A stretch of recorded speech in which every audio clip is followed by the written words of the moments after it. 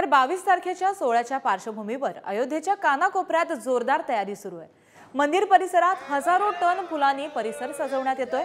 मोठ्या संख्येने तरुण यामध्ये सहभागी झाले असून फुलांच्या माळा बनवण्याचं काम सध्या जोर धरताना दिसतंय।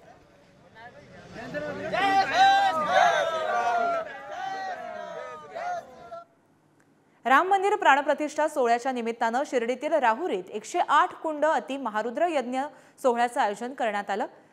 टाकळी मिया इथे 108 कुंड अति महारुद्र यज्ञ या सोहळ्याचं आयोजन करण्यात आलं। 13 एकर क्षेत्रावरती या महारुद्र यज्ञ सोहळ्यामध्ये 423 जोडप्यांनी सहभाग नोंदवलाय। या ठिकाणी संगीतमय शिवपुराण, साप्ताहिक ज्ञानयज्ञ, रासलीला, वृंदावन धाम अशा विविध धार्मिक कार्यक्रमांचा आढावा देखील घेतला गेला।